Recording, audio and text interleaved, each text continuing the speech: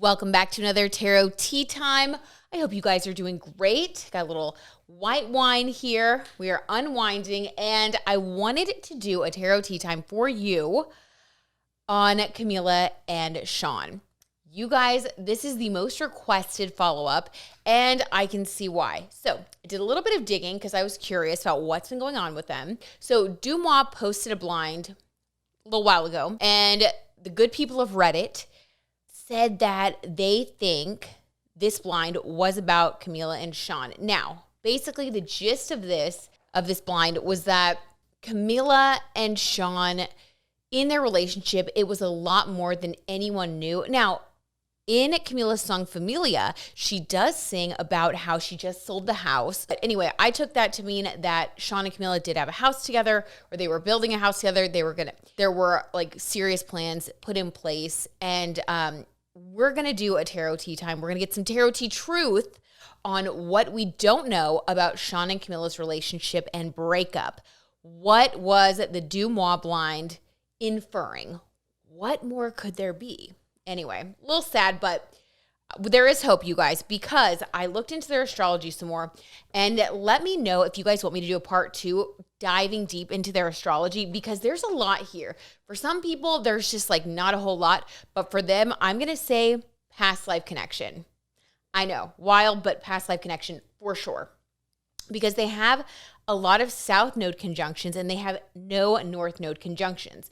Now, translation, that just means when there's a south node conjunction between two people's charts, that indicates that there's a lot of karma there, or there could have been a past life together.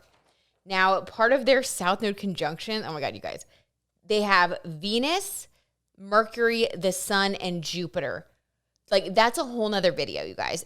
Let me know if you want that video, because that's a whole nother topic, baby. So anyway, that's really interesting. I definitely think there's karma. There is a past life there based on their chart. And I also think there's a past life that, like a past relationship where they could have been married. It's definitely a past romantic relationship because there's a South Node Venus conjunction, which indicates a past life love. Like, oh my God, right? Like, this is like going to be sad, but who knows? Like, who knows? Also, they both have their north node, the same north node. So your north node in your chart is like your destiny, who you're becoming, like the types of skills that you're developing in this life. They both have their north node in Virgo, meaning that they are both developing the traits of being a Virgo. Now, their composite, like their highest, like the best way that they could interact with each other, also based on this composite chart reading, which is basically where you take two charts and you see how they connect with one another.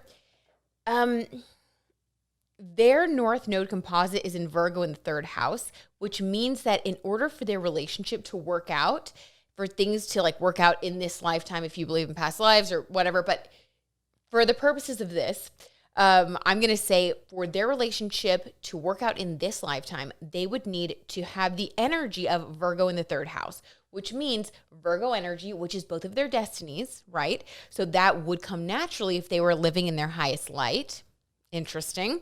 And the 3rd house is all about communication, which obviously communication is key in any relationship. So it's almost like if they were being their best selves, like this makes me kind of sad to say, but if the two of them were being their best selves, they would be able to, their relationship would be seamless. So based on all the stuff going on here, I'm going to say there's definitely a possibility that they could get back together once they learn some more lessons. I really do think it's all about the lessons they have to learn. They could even be twin flames. So, okay. Oh, and then last but not least, you guys, the gifts that he brings to Camila fall in her 5th house. The 5th house is like fairy tale romance. So right, like, oh my gosh, she's like, he like made her believe in like fairy tales and love. And she felt like an otherworldly type of love in this relationship. It like, honestly, it swept her off her feet like a fairy tale. Like she didn't even know love like this could exist. And then for Shawn, Camila's north node falls in Shawn's 2nd house. That's his house of worth. So being with Camila made him feel more worthy than he ever has before. It helped him to like fortify his sense of self. The second house is like, it's about worth. It's about making money. It's like, how much faith do we have in ourselves? Like, how can we, like, do we love ourselves enough? Do we trust ourselves and believe in ourselves enough to ask for more money? It's all about like what we believe about ourselves. So she boosted his self-worth, and she helped him to develop that part of himself where he was lacking. We tend to bring each other gifts where we need them. So we're drawn to each other like exactly at the perfect time, I believe, when we need each other. And so at that time when they got together, she needed to believe in love again, and he needed to believe in his worth. So they gave that to each other. Anyway, so sweet. Again, let me know down below. Comment if you do want a full astrology video, because I can go all into it. But right now, we're going to get into the tarot tea. Okay. What the heck could that Dumois blind have been talking about? What could have been going on between them that we didn't know about? What's the full story? And also, what was it like when they ran into each other at the Met? I know the Met Gala was like a couple months ago, but still, like, what happened? We know for a fact that both of them were there. So, interesting. I need a little more tarot tea before I get started. This one's going to be spicy. I know it. Okay, what is the part of the story that has been missing? What do we not know? What was that Dumois blind referring to? Let's fill in the blanks here. Queen of Swords. Interesting. So Queen of Swords is like, this can indicate a woman after a breakup, someone who was really hurt and who acted in a way that, this is like self-protective. So I'm going to say that Camila, okay, all right, don't be upset, you guys. I'm just going to tell you the tarot tea truth. This is just what the cards say.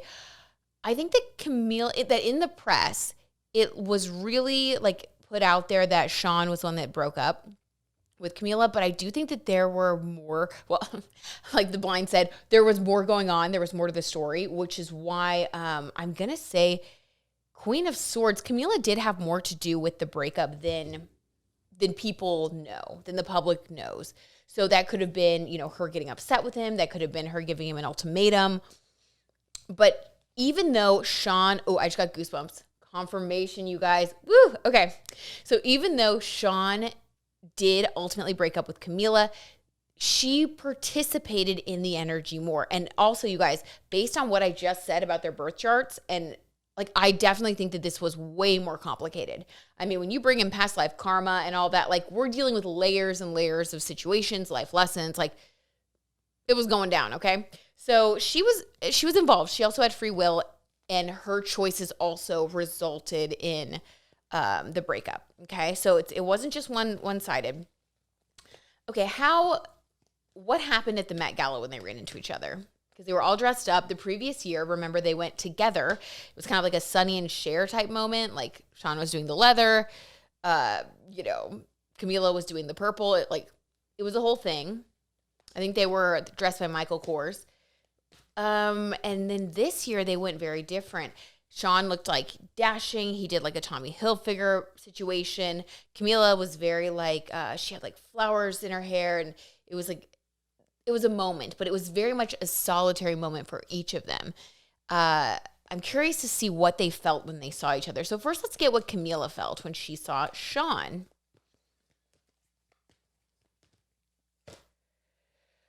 Ooh, okay. The High Priestess reverse. So the High Priestess is all about your intuition. I think that she experienced some self-doubt.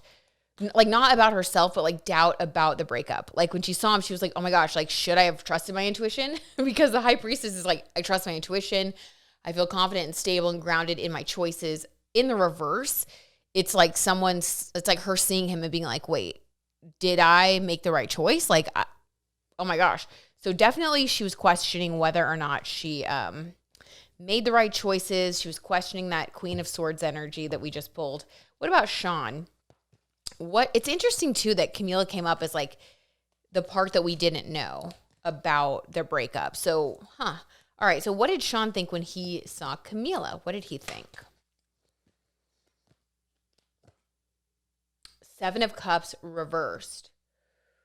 Ooh, okay. So Seven of Cups is all about like choices, and it represents like some of the choices are good, some of the choices are bad. Again, another reversed card having to do with choice. So I think that he also, wow, they're really mirroring each other, which I just said that I think they're twin flames. Yeah, this confirms that for me. Because Seven of Cups reversed is like, I had all these choices, in the upright, it's like I have all these choices. In the reverse, it's like, I don't want these choices, or I made the wrong choice. I had a lot of choices and I didn't choose the right thing. Wow, so they are definitely mirroring each other. He's coming at it from more of like an intellectual place, like he's thinking about his choice, the way he thought about things, and she's like coming from more intuitive, like feeling emotional place, and she's like, I trusted my feelings, but I shouldn't have. And he's like, I trusted my mind, and I shouldn't have. Now, here's another thing that's really interesting, you guys. So Camila was born on 3/3. Now, I'm also really into numerology.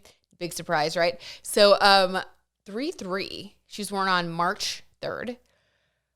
And 3/3, that energy, the double 3, is all about emotions and creativity. If you look up numerology, look up 3/3. I mean, it's all about emotions, creativity, empathy. She's also a Pisces. So then if we look at Shawn's birthday, kind of interesting. He was born on 8/8. 8 is the number in numerology that represents power and success. I would say if we're going to look at these two and we look at these cards, I would say we have Shawn, the 8/8. 8 is the number of power. Like I said, it's like the ego, thinking, trying to think things through, wanting to make the right choices. And then for Camila, the 3/3, it's like emotional. So it's almost like they were brought together. I don't know, guys. I'm getting some feelings here. Okay. It's coming on through. I think they were brought together because he was supposed to learn about balancing his ego and self-worth, right? That second house. And she was supposed to learn about balancing out her emotions. And so I think that, I think this just confirms that part of their karma, part of their relationship, and it does seem like there's unfinished business here. So I don't think that this is the last we've seen of this couple. I mean, and look at J-Lo and Ben, right? Who knows? In 10 years, they could get back together. But basically, they are both on this parallel journey together where they're supposed to be learning from one another. He's learning to balance out his ego. She's learning to balance out her emotions. And then when they saw each other, it was like it triggered this doubt that is good for both of them because she is supposed to learn to not to not be so emotional, but I think to bring other elements into play. You know what I mean? So I think she did question what she was supposed to question when she saw him. And then when he saw her, he questioned his ego and his choices that he made. So anyway, they're still on the journey. Even though they're not together, they are still triggering growth in one another. So I think that's so interesting. Okay, let's get one more. And we're going to wrap this up, you guys, because, ooh, this tarot tea is spicy. Oh, my Lord. I'm sweating over here. This is a lot. Okay. Last but not least, let's just get one last final card that, I don't know, can tell us about what's coming next for them in their relationship. What's the next milestone? Or what's the next significant energy that they're experiencing with one another? Are they going to be talking? Or what's coming next for them, basically? Oh, 2 came out. Wow. Okay. One came out, one jumped. Okay, so we have interesting the Death card reverse. Now, the Death card is one of the major arcana. That means when you pull the Death card, it's pretty final, obviously, death. But to get it in the reverse, it's a new start, okay? So it can also be resurrecting a relationship in this sense, okay? And then the card that jumped out with the other card, you guys saw 8 of Pentacles, which is work, putting in hard work. I think that they're going to be working on their relationship again. Oh my gosh, I love that. You guys, goosebumps. And I do think this will be behind the scenes, at least in the beginning, but they're working on their relationship. Okay, I love that. And like I said, there's a lot that the two of them can learn from one another. And we'll have to see what happens in the future for these two. The love story, I don't think the story's ended yet. I think it's still the Natasha Betting Field Store song, The Rest is Still Unwritten. Okay, I'm a cheese ball. All right, you guys, I love you so much. Thank you for being here for this tarot tea time. You guys, I have a lot more tarot tea times coming your way. I took a little break to move and just a lot of stuff going on in life, but I am back. We're going to be doing regular tarot tea times again, and I'm so excited because there is a lot of celebrity tea. I mean, there's so much to discuss these days. So coming up, we're going to have, I'm going to do a tarot tea time on the Pete Davidson, Olivia O'Brien, like Kim Kardashian thing. That was weird. We're going to do another, I'm going to do another tarot tea time on Austin Butler. You guys requested that. It's going to be good. I can't wait. And then who else are we doing? We got a few coming up. Oh my gosh, Machine Gun Kelly and Megan Fox. Okay, there's some tea to be spilled there. Anyway, lots of tea coming up this week in the next few days. So if you haven't subscribed yet, please subscribe and turn on your notifications. Be sure that it says all so that you guys get notified and you can get your tea hot and fresh, baby. Okay, you guys, sending you a big hug. Have a good rest of your night.